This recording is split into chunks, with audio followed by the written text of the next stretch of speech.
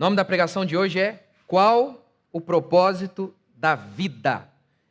Vou dar sequência à nossa pregação baseada no livro de Êxodo. Êxodo capítulo 33. O contexto aqui vocês lembram. Em Êxodo capítulo 32, o povo de Israel havia cometido pecado, havia feito um ídolo, um pecado gravíssimo. E Deus então mandou que aqueles que fossem a favor de Deus se posicionassem a favor de Deus e lutassem contra aqueles homens e matassem seus irmãos, seus vizinhos e parentes. O que de fato aconteceu? 3.000 pessoas morreram naquele dia. Pessoas que foram mortas pelos próprios parentes, vizinhos e amigos. E aí a gente chega a Êxodo capítulo 33. Vamos ler. O Senhor disse a Moisés: sai deste lugar e vai para a terra. Sai deste lugar, tu e o teu povo que tiraste da terra do Egito, e vai para a terra a respeito da qual jurei a Abraão, a Isaque e a Jacó, dizendo: eu a darei à tua descendência, enviarei um anjo à tua frente e expulsarei os cananeus, os amorreus, os heteus, os perizeus, os heveus e os jebuseus, que eram aqueles povos que habitavam no que hoje é a Palestina, naquela época, a Canaã. Vai para uma terra que dá leite e mel, mas eu não irei no meio de ti, para que eu não te destrua no caminho, porque és um povo muito obstinado. Esse é o tema aqui de Êxodo capítulo 33. Deus está dizendo o seguinte: eu prometi aos seus pais que eu conduziria vocês até Canaã. Eu vou manter a minha promessa, apesar de vocês não terem mantido a promessa de vocês. Só que vocês vão para lá, vocês vão obter vitória sobre seus inimigos, vocês terão uma terra muito próspera, vocês serão prósperos e vitoriosos, mas eu não estarei com vocês. O meu anjo irá, garantindo vitória e prosperidade, mas eu mesmo não estarei. Diz o texto então, verso 4. Quando o povo ouviu esta má notícia, começou a chorar. E nenhum deles usou adornos, pois o Senhor tinha dito a Moisés: dize aos israelitas, és um povo muito obstinado. Se eu subisse no meio de ti, por um só momento, te destruiria. Portanto, tira agora os teus adornos, para que eu decida o que farei a ti. Então os israelitas tiraram os seus adornos desde o monte Horebe em diante. Moisés costumava pegar a tenda e armá-la fora, bem longe do acampamento, e chamou-a tenda da revelação. Todo aquele que buscava o Senhor ia à tenda da revelação fora do acampamento. Calvino, comentando isso aqui, diz assim: Deus havia rejeitado seu povo. Deus havia prometido habitar no meio do povo. Mas como o povo quebrou a aliança, Deus disse: eu não vou mais habitar no meio de vocês. Aqueles que quiserem andar comigo, saiam do meio desse povo. É o que Moisés está fazendo aqui. Verso 8. Quando Moisés ia à tenda, todo o povo se levantava. Cada um ficava em pé na entrada da sua tenda e contemplava Moisés pelas costas, até que ele entrasse na tenda. E quando Moisés entrava na tenda, a coluna de nuvem descia e ficava à entrada da tenda, e o Senhor falava com Moisés. E todo o povo via a coluna de nuvem que estava à entrada da tenda. E todo o povo levantava-se, adorava, cada um na entrada da sua tenda. E o Senhor falava com Moisés face a face, como quem fala com seu amigo. É óbvio que a expressão aqui é só uma figura de linguagem. Primeiro porque Deus nem face tem, Deus é Espírito. É só uma expressão para designar que Moisés tinha um contato com Deus que nenhum homem jamais teve. Em seguida, Moisés voltava para o acampamento. Eu estou explicando isso porque logo em seguida aqui vai dizer que Deus vai dizer assim: você não pode falar comigo face a face? Então é óbvio que não há contradição, é só uma figura de linguagem. Verso 12, e Moisés disse ao Senhor: tu me dizes que eu faça subir este povo, mas não me mostras quem enviarás comigo. Eu já falei, vai o anjo. Deus já tinha dito. Disseste também: conheço-te por teu nome e achaste favor aos meus olhos. Se achei favor aos teus olhos, o Senhor está me dizendo que eu encontrei favor aos teus olhos, mas o Senhor não vai conosco? Se achei favor aos teus olhos, rogo-te que agora me mostres os teus caminhos, para que eu te conheça, a fim de que continue a achar favor aos teus olhos. E considera que esta nação é teu povo. O Senhor respondeu-lhe: eu mesmo irei contigo. Ou seja, Deus falou: tá bom, eu vou. Há um momento Deus havia dito que não iria, agora ele diz: eu vou. Porque Moisés intercedeu a favor do povo. Eu irei contigo e te darei descanso. Verso 15. Então Moisés lhe disse: se tu mesmo não fores conosco, não nos faça subir daqui. Como saber que achei favor aos teus olhos, eu e o teu povo? Por acaso, não é por andares conosco para que sejamos separados, eu e o teu povo, de todos os povos da terra? E isso que está aqui se repete em toda a Escritura, que Deus tem um povo em particular. A crença universalista de que todos serão salvos é uma heresia. De Gênesis a Apocalipse é dito que Deus tem um povo e que o seu povo, ele compreende aqueles que creram em Cristo Jesus. O povo do Antigo Testamento creu no Messias que viria e nós cremos no Messias que já veio. O povo de Deus não é o povo rico ou pobre, não é o povo bem-sucedido ou fracassado aos olhos deste mundo. O povo de Deus é aquele que creu em Cristo Jesus, tanto aqueles do passado quanto nós de hoje. Verso 17. Então o Senhor disse a Moisés: farei também isso que pediste, pois achaste favor aos meus olhos, e te conheço pelo nome. Moisés disse ainda: rogo-te que me mostres a tua glória. E o Senhor lhe respondeu: farei passar toda a minha bondade diante de ti, e te proclamarei o meu nome, o Senhor, e terei misericórdia de quem eu quiser ter misericórdia. Ou seja, a lei foi quebrada, vocês não podem praticar a justiça. Por isso, se eu fosse agir com justiça em relação a vocês, eu teria que matar todos vocês. Lembra Deus falou isso? Se eu fosse andar com vocês, eu teria que matá-los? Eu vou andar com vocês. E sabe por quê? Eu vou poder andar com vocês sem matá-los? Porque eu vou matar o meu filho para que então eu possa exercer misericórdia de maneira justa. Ou seja, a misericórdia de Deus não foi uma saída de Deus em que para resolver o problema, de maneira que Deus se tornasse injusto. Eu vou ter misericórdia de vocês, tornando-me injusto. Eu vou deixar vocês que são criminosos saírem pela porta da frente do tribunal, e eu, justo juiz, a partir de agora serei injusto, porque eu deixarei um crime sem ser punido. Eu deixarei que um crime não seja punido. Então, não foi isso que Deus fez. Deus é misericordioso porque Ele é justo. A misericórdia e a justiça de Deus não são atributos que estão separados, que você precisa escolher entre um e outro. Não, aqui a misericórdia de Deus foi exercida e é na minha e na sua vida justamente porque Deus efetuou justiça na pessoa de Cristo Jesus, que é o nosso Moisés, que o nosso intercessor. Verso 20, e disse mais: não poderás ver a minha face. Está vendo que eu falei da aparente contradição? Porque homem nenhum pode ver a minha face e viver. Ou seja, nenhum homem hoje, nem mesmo Moisés, pode ver a Deus em sua glória plena, haja vista que somos pecadores. Verso 21. O Senhor prosseguiu: aqui está um lugar próximo de mim, ficarás aqui sobre a rocha. Quando a minha glória passar, eu te colocarei numa fenda da rocha e te cobrirei com a minha mão, até que eu tenha passado. Depois, quando eu tirar a mão, verás as minhas costas, mas não se verá a minha face. Até aí. Acho que aumenta um pouquinho só. Aqui, o tema de Êxodo, e eu já falei para vocês ao longo das minhas pregações baseadas em Êxodo, é a saída de Israel do Egito rumo à sua terra prometida. A formação de uma nação que tinha como centro Deus. Ok? Eles partem rumo à terra que mana leite e mel, um lugar de prosperidade, de abundância e de deleite, de prazer. Todos os dias, os homens partem rumo à sua terra prometida. Para alguns, o lugar de prazer, de alegria e de descanso é uma família, é ter filhos.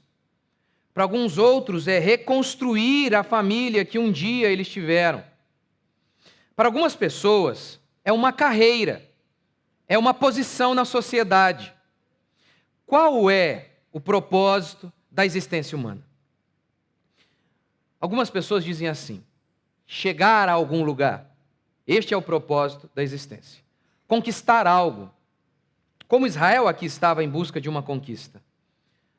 Esse é o objetivo da vida: chegar a algum lugar, escalar a montanha, chegar ao cume do monte. Para outros, o propósito da existência não é chegar a algum lugar, é a própria jornada. Nesse dilema, eu me lembro de um medalhista olímpico, um homem que durante toda a vida se propôs a se dedicar arduamente para conquistar uma medalha. E, ao conquistar essa medalha, na semana seguinte à conquista, ele entrou em depressão profunda. Por quê? Algumas possibilidades. Primeira, ele viu que a medalha não o satisfez, que tudo aquilo que ele buscava encontrar alegria, satisfação, por meio da medalha, por meio daquela conquista, não foi o bastante, não foi o suficiente. A segunda possibilidade é que, antes de conquistar a medalha, ele tinha um propósito, um objetivo pelo qual se levantar de manhã, e agora ele não tinha mais nada, e por isso entrou em depressão. Ou talvez uma terceira possibilidade. As duas coisas sejam verdadeiras e ele estava depressivo por conta de que a medalha não o satisfez e também de que agora ele não tinha mais nenhum objetivo. De qualquer maneira, não importa o que você faça, não importa. Sem Deus, a existência sempre será miserável. O propósito da existência humana é conhecer a Deus, como Jesus disse em João 17,3. A vida eterna é essa, que te conheçam a ti, o único Deus verdadeiro, e a Jesus Cristo a quem enviaste. A vida eterna não é um lugar. A vida eterna é uma pessoa. A vida eterna é conhecer a Deus, disse Jesus. A Confissão de Westminster pergunta: qual é o fim do homem? Qual é o objetivo maior da existência humana? E ela responde: glorificar a Deus e se alegrar em Deus. Glorificar a Deus e se alegrar em Deus. Eu quero começar então. Meu primeiro princípio é: você pode ter muitas bênçãos e ser amaldiçoado. Deus diz: o anjo vai com vocês. Vocês terão vitória sobre seus inimigos e vocês terão prosperidade. O povo começa a chorar. Para muitos crentes, haveria festa. Eu não vou com vocês, mas vocês terão dinheiro no banco e sucesso na vida. Os crentes diriam: era só isso que eu queria mesmo. Na realidade, eu só usei Deus para obter essas coisas. Então, tirando Deus, fica melhor ainda. Por que o povo chora? Eles teriam tudo: dinheiro, prosperidade, vitória sobre seus inimigos. Você se lembra qual era o objetivo de Israel ao sair do Egito? Você se lembra o que Moisés disse para Faraó? Faraó, deixe-nos ir, porque queremos celebrar uma festa a Deus no deserto. Queremos adorar a Deus em liberdade no deserto. Faraó, em um dado momento, daquela peleja com Moisés, Faraó diz assim: tá bom, vocês podem ir, mas o gado ficará aqui. Moisés disse: não dá, porque se o objetivo da nossa saída é adorar a Deus, precisamos dos animais para que possamos adorar a Deus por meio de sacrifícios. Não faz sentido, então, irmos sem animais, porque o propósito da nossa saída é adorar a Deus em liberdade. Esse era o propósito da libertação: adorar a Deus, ser livre do Egito, mas estar sem Deus é escravidão.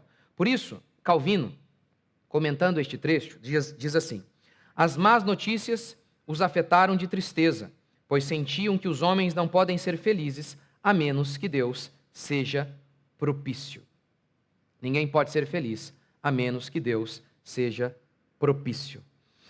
Meus irmãos, vocês já repararam como gente famosa, rica, idolatrada é também gente problemática? Não, isso é regra. É regra. Os que não são estão fingindo. Doentes, psicopatas, deprimidos, drogados.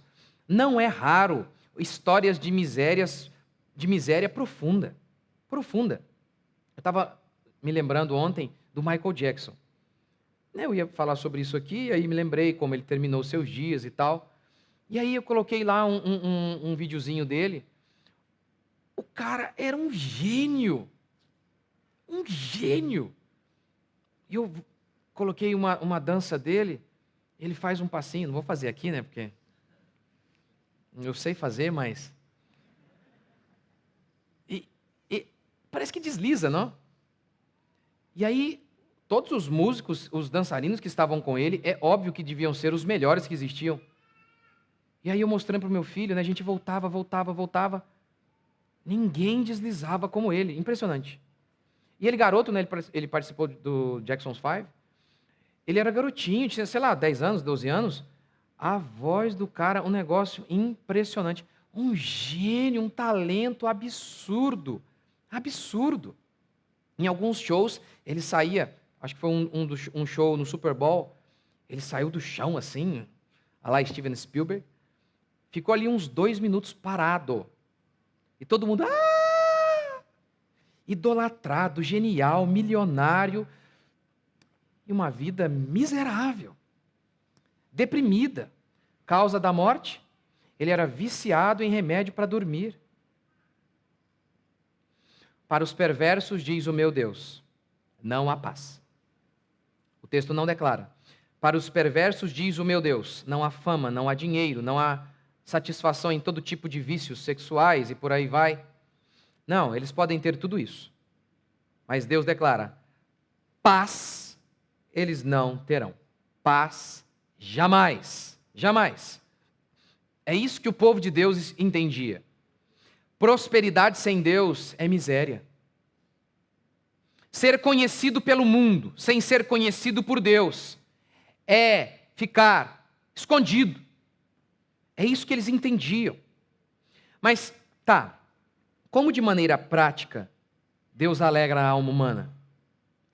Como que de maneira prática nós somos felizes quando somos cheios de Deus e somente poderemos ser felizes completamente quando somos cheios de Deus? Como de maneira prática? Primeiro, só Deus confere propósito à existência humana. E propósito é fundamental para ser feliz. Albert Camus, em seu livro O Mito de Sísifo, ele faz a pergunta, ele diz o seguinte: a única pergunta que realmente importa em relação à filosofia é: por que não meter uma bala na cabeça? A vida tem propósito ou não? E aí ele continua: Deus não existe, portanto a vida não tem propósito. Obviamente, assim, muitas pessoas optariam em meter uma bala na cabeça. Por isso, as filhas de Karl Marx, quando chegaram à idade mais avançada, elas se mataram. Porque elas começaram a ver, a partir daqui, a vida começa a ser muito limitada. Muitos prazeres a gente não pode mais ter. Não pode mesmo. Você vai ficando mais velho, algumas coisas você tem que parar de fazer. E, se Deus não existe, a única esperança de alegria é a alegria do momento. Mas se você vai ficando mais velho e você não pode fazer muitas coisas... Por exemplo, eu estava vendo uma entrevista do Ronaldo Fenômeno, e ele dizendo que parou de jogar bola. Por quê? Ele joga bola e se machuca. Machucou, abriu o músculo posterior, 3 meses com dor. Vai ficando mais velho, algumas coisas não dá mais para fazer. As filhas de Karl Marx notaram isso. E o que elas fizeram então? Se mataram. Simplesmente por isso. Não é que estavam em depressão, elas começaram a ver, a vida vai ficar muito difícil daqui para frente. Se Deus não existe, não há propósito. Se não há propósito, por que não meter uma bala na cabeça? É a ideia de propósito que faz com que você tenha força para enfrentar o sofrimento. Você pode não ter sentado, analisado isso, mas é assim que você vive. É porque você tem propósito que você consegue suportar o sofrimento. Por exemplo, por que uma moça consegue suportar deixar de comer certas coisas? Porque ela vê um propósito ali na frente. O propósito pode ser até pífio, insignificante, mas todo aquele sofrimento tem um propósito, tem um objetivo. Então, ela tem ânimo para enfrentar a dificuldade.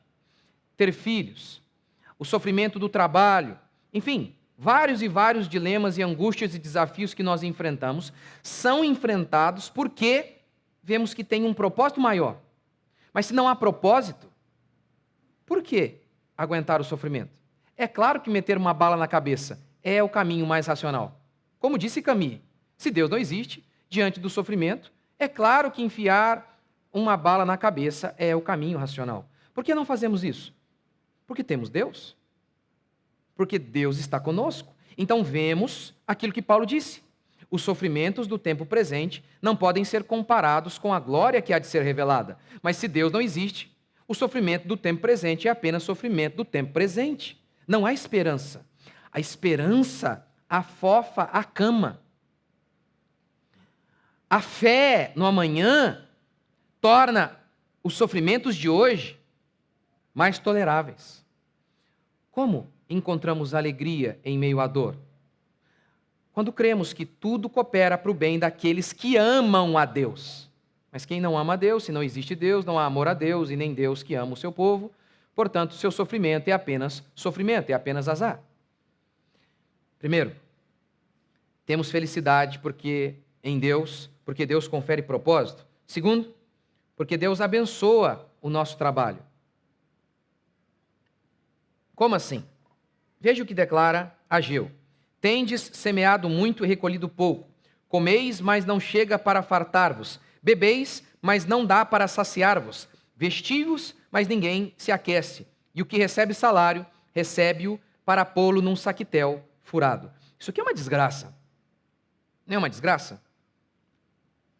Você se veste, mas continua com frio. Você come, mas continua insatisfeito. Eu sei muito bem o que isso aqui significa. Eu sei, porque era exatamente isso que eu sentia antes de me converter. Estou lá no restaurante do meu pai. Badejo, camarão, lagosta, é bom, viu? Tudo aquilo lá, o dia podia comer todo dia. Tinha dinheiro na conta, tinha tudo. Mas sempre era insatisfeito. Agora eu preciso sair desse restaurante para trabalhar no outro restaurante. Comecei a trabalhar no outro restaurante. A mesma insatisfação. Insatisfação crônica. É disso que ele está dizendo. Quando o homem não tem Deus, por isso que ele está sempre em busca de algo a mais. Porque tudo aquilo que ele tem é sempre, nunca o preenche, nunca o completa. Ele tem, mas não desfruta. É o toque de Midas. Toca em tudo, pode até virar ouro, mas não pode desfrutar das coisas que tem. Não é uma desgraça isso? Se vestir, mas continuar se sentindo descoberto, é o que acontece com o homem ímpio. Eclesiastes declara: não há nada melhor para o homem do que comer, beber e fazer que a sua alma goze o bem do seu trabalho. No entanto, vi também que isto, gozar do seu trabalho, vem da mão de Deus, pois separado deste, quem pode comer ou quem pode se alegrar? Quem pode, separado de Deus, se alegrar com qualquer coisa? Com qualquer coisa. Quem pode ser feliz se a bênção de Deus não estiver? É o que o povo de Israel entendeu. De que adianta nós comermos o maná, nós desfrutarmos do mel, se Deus não nos der apetite? Porque é uma desgraça isso, não é? Não é uma desgraça você comer do bom e do melhor e o tempo inteiro estar insatisfeito? Isso é uma maldição muito grande. Isso é horrível, isso é terrível. E é exatamente isso que Deus está descrevendo em relação a Israel, em relação a todos os homens. Às vezes eu aconselho pessoas ímpias, e a mulher é crente, às vezes o marido não é, e elas me reclamam que o marido reclama de tudo, que ele está sempre insatisfeito, que parece que nunca é bom, as coisas são boas o bastante, que o salário nunca é bom o bastante, por mais que aumente, por mais que prospere. É isso aqui, ó. É falta de Deus mesmo. É só Deus que faz com que você tenha aquela boca que come com gosto, sabe? Acho que deve ser por isso que as minhas filhas, eu sento para comer, elas vêm. É isso. Não é? Você já viu? Quando a pessoa está ali, eu sento para comer a minha melancia, aí já senta a tropa do lado. Papai, eu quero. Mas tem lá, gente. Não, eu quero a do senhor, papai. É sua. Deve ser porque eu como com gosto, tenho alegria de comer. Não é assim com os ímpios. Eles nunca se satisfazem com nada. Por mais que prosperem, por mais que avancem, há sempre uma insatisfação constante em seus corações, como disse Agostinho: tu nos criaste para ti mesmo, e nossa alma está sem sossego, sem paz, sem alegria, até que encontre repouso em ti. Sem Deus, a vida é um inferno. Terceira maneira como Deus alegra as nossas almas É só Ele quem pode nos dar felicidade. O Salmo diz assim, o salmista: quando o Senhor restaurou a sorte de Sião, ficamos como quem sonha. Então a nossa boca se encheu de riso. Nós temos riso porque Deus fez algo por nós. Gálatas 5:22 declara: o fruto do Espírito é amor, alegria. Alegria não é uma atitude, como palestrantes motivacionais e coaches mostram para você aí, pregam para você. Alegria é uma pessoa. Alegria não é um estado de espírito apenas. Alegria é um dom que vem de Deus. Só Deus pode conferir alegria genuína ao homem. Os outros, que era o caso de Israel, estão debaixo da ira de Deus, da maldição de Deus. Por isso, seus prazeres são momentâneos. Suas alegrias não são constantes. Pelo contrário, vivem eternamente angustiados e viverão assim por todo sempre, para todo sempre. A felicidade tem nome e se chama Jesus Cristo de Nazaré. Meu segundo princípio de hoje é sobre a disciplina que Deus exerce sobre o seu povo. Moisés arma a tenda longe de Israel, longe do arraial, ou seja, de onde o povo ficava. E Calvino comenta assim: isso aqui simboliza o divórcio de Deus com seu povo. Eu habitarei no meio do meu povo, disse Deus. Essa era a promessa, mas o povo quebrou a aliança. Então Deus disse: não vou mais habitar no meio de vocês. E aí, enquanto Moisés adorava a Deus de longe, diz o texto bíblico que o povo de Israel, cada um à sua tenda, adorava a Deus também. Rejeitados pelo Senhor, o máximo que eles podiam ter era isso: adoração de longe. Nesse sentido, por mais que Deus tenha se tornado favorável ao povo de Israel logo em seguida, nesse sentido, há um aspecto dessa maldição que percorre a história do povo de Deus até hoje e vai percorrer até aquele dia em que nos encontraremos com Cristo. Ainda hoje, nós não vemos Deus em sua plenitude. Paulo vai dizer que nós conhecemos a Deus em parte. João vai dizer que hoje nós vemos a Deus também de maneira obscura. Paulo vai dizer que hoje vemos a Deus como por um espelho, de maneira embaçada. Não, você tem que pensar que os espelhos da época não eram bons como o de hoje. Que víamos as coisas de maneira embaçada, não perfeita. Não perfeita. Isso só vai acontecer quando Jesus Cristo voltar. Este é o nosso fardo. Este é o nosso fardo atual. Por isso, tantos homens de Deus sérios divergem sobre pontos da fé, porque nós temos dificuldade de entender. Por mais que Deus tenha se revelado a nós, essa revelação ainda é parcial. Nós o veremos como Ele é apenas quando Ele voltar. Nesse sentido, muitas coisas ainda são obscuras. Muitas coisas nós não entendemos. Nós precisamos confiar, mesmo sem entender completamente. Nós, muitas e muitas vezes, carregaremos essas angústias. É claro, na teologia moderna, isso não existe, né? Não existe essa situação em que tenhamos que carregar ainda consequências de nossos pecados. Isso não existe, eles dizem. Jamais. Que isso? Deus é bom e não permite que seu povo enfrente sofrimentos. Como não?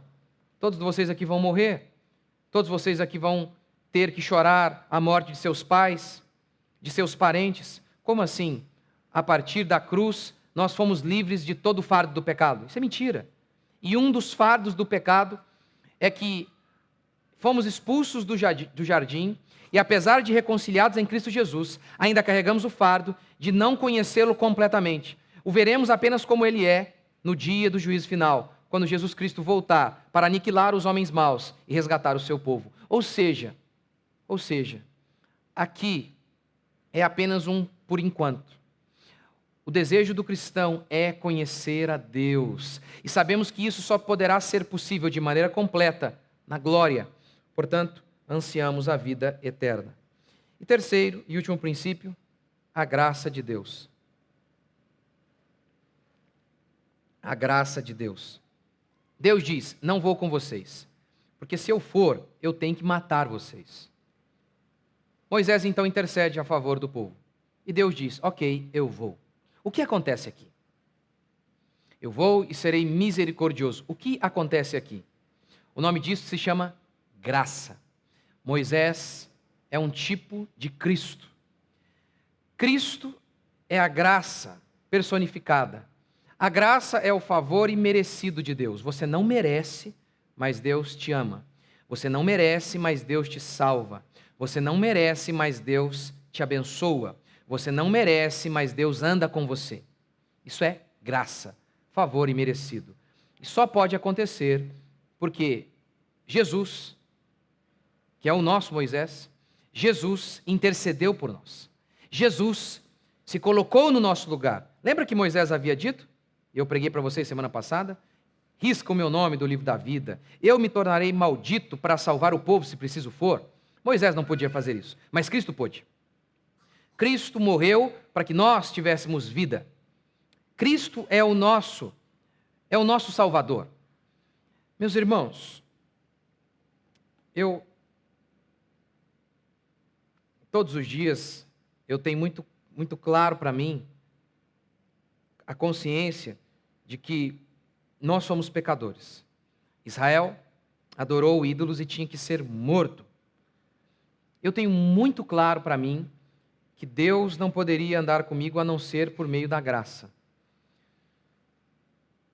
Quantas e quantas vezes eu sou afligido pela culpa? Todos os dias.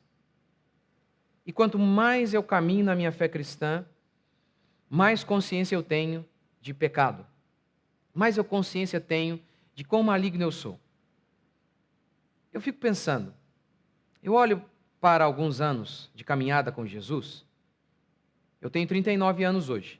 Eu olho para trás e penso, questão de 10 anos, 5 anos. Algumas coisas que eu acreditava que hoje eu olho e falo, meu Deus, que absurdo. Como eu pude acreditar naquilo? Como eu pude fazer aquilo? E aí, o que eu penso é, daqui a 20 anos então, eu vou olhar para o meu eu de hoje e com certeza eu vou dizer, Jesus Cristo, onde eu estava com a cabeça. Quantos erros, quantos absurdos. Todos os dias eu tenho consciência plena do que Jesus disse. Vós, pais, que dão boas coisas aos vossos filhos, vós sois maus. Ele não está falando daquele pai que entrega o filho, que abandona o filho. Ele está falando daquele pai bom, que nós chamamos de bom, que faz tudo pelo filho. Jesus disse, vocês são maus. Eu tenho consciência plena disso. Tenho consciência plena disso. Tenho consciência plena também de que não sou um pastor adequado. Tenho consciência plena de que tudo em mim falta. Tenho consciência plena. Muito plena. E quanto mais eu cresço, quanto mais eu ouço a palavra, mais eu vejo isso. Também quando eu vejo alguém fazendo algo horrível, um pai, por exemplo. Aí eu olho e falo, nossa, mas... eu já fiz isso aí. É feio assim? É feio desse jeito isso que esse pai está fazendo? Meu Deus, porque eu fiz exatamente isso já. É feio. Às vezes eu olho alguém tratando a esposa. Eu falo, nossa, é assim? Eu já fiz isso, é feio desse jeito? Você já teve essa sensação? Já teve a sensação de ouvir a palavra de Deus e aí descobrir que durante toda a sua vida você estava errado e pensar assim, que se abra um buraco no chão e eu seja engolido? Essa é a sensação que eu tenho todos os dias. Que todos os dias eu merecia isso. É por isso que eu entendo plenamente quando Deus fala, eu não vou com vocês, senão eu teria que matá-los. Todos os dias. Se eu andasse com vocês, eu teria que matá-los. Mas Moisés então fala, Senhor, sê favorável e age conosco baseado na tua graça, no teu amor e na tua misericórdia. Aí Deus diz, assim eu posso. Porque senão eu teria que matá-los. Você tem essa consciência de que você só está de pé nesse exato instante pela graça? Eu vou encerrar com uma história. Um testemunho. Estou lá conversando com um amigo, na cidade que eu morei durante a minha infância.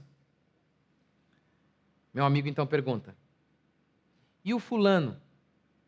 Como ele está? E eu começo a contar. Ele tem 3 filhos. E eu falo, apenas as coisas boas. Olha, o filho dele está trabalhando, o outro também. E o terceiro?